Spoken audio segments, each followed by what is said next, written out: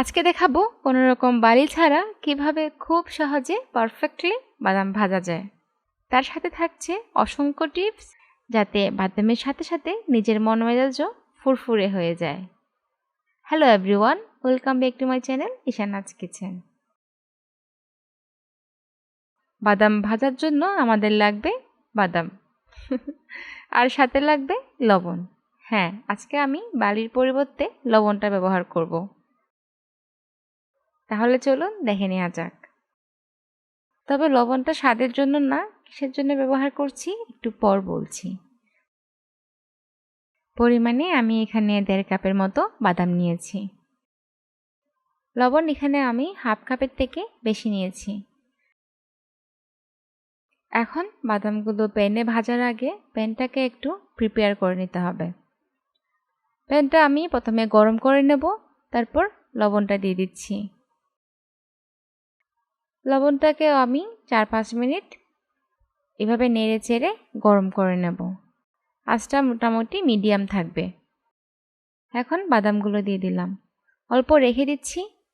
আসলে প্রথমে অল্প দিয়ে দেখছিলাম সব বাদাম হবে কিনা, পরে দেখলাম হ্যাঁ হয়ে যাবে, তারপর সব অ্যাড করে দিলাম।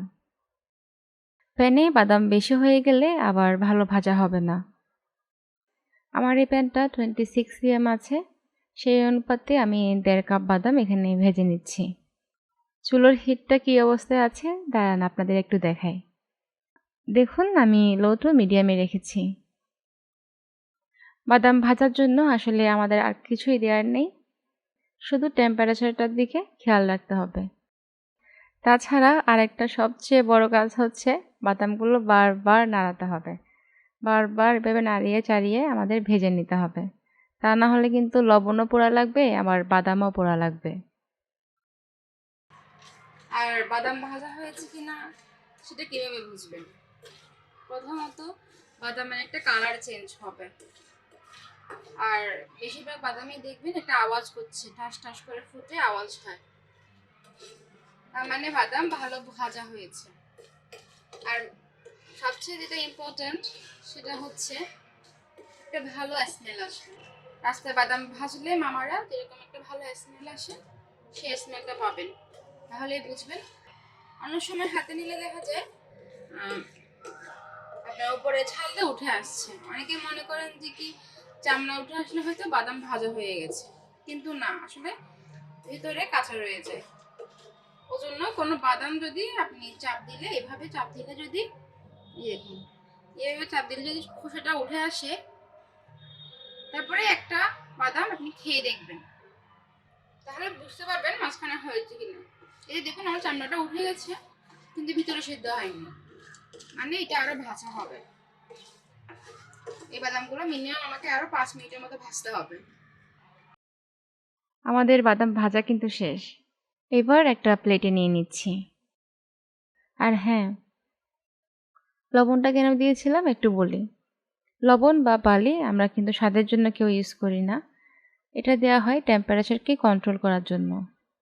বালি যেমন টেম্পারেচারকে একটু কন্ট্রোল করতে পারে, ঠিক তেমনি লবণও কিন্তু টেম্পারেচার ধরে রাখতে পারে। লবণ ছাড়া যদি আপনি সরাসরি বাদাম ভাজেন, তাহলে দেখবেন কিছু বাদাম হয়েছে, আবার কিছু বাদাম হয়নি, কিছু বাদামের একদিকে হয়েছে, আবার কিছু বাদামের একদিকে পোড়া লেগে গেছে। তো এই প্রবলেমটা সলভ করার জন্য বালি বা আমরা লবণটা ব্যবহার করি। অনেকে দেখবেন গরম মশলা ভাজার সময়ও কিন্তু লবণটা দেয়, যাতে ইভেনলি টেম্পারেচারটাকে কন্ট্রোল করা যায় আর বাদাম পোড়া না লাগে।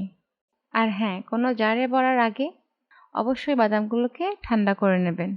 আমি এভাবে বাদামের আস্তর সহ রাখছি। আমার মনে হয় এভাবে রাখলে বাদামের ফ্লেভারটা ভালো থাকে। তবে আপনারা চাইলে এভাবে উপরের আবরণটা ফেলে দিয়ে কন্টেনারে রাখতে পারেন।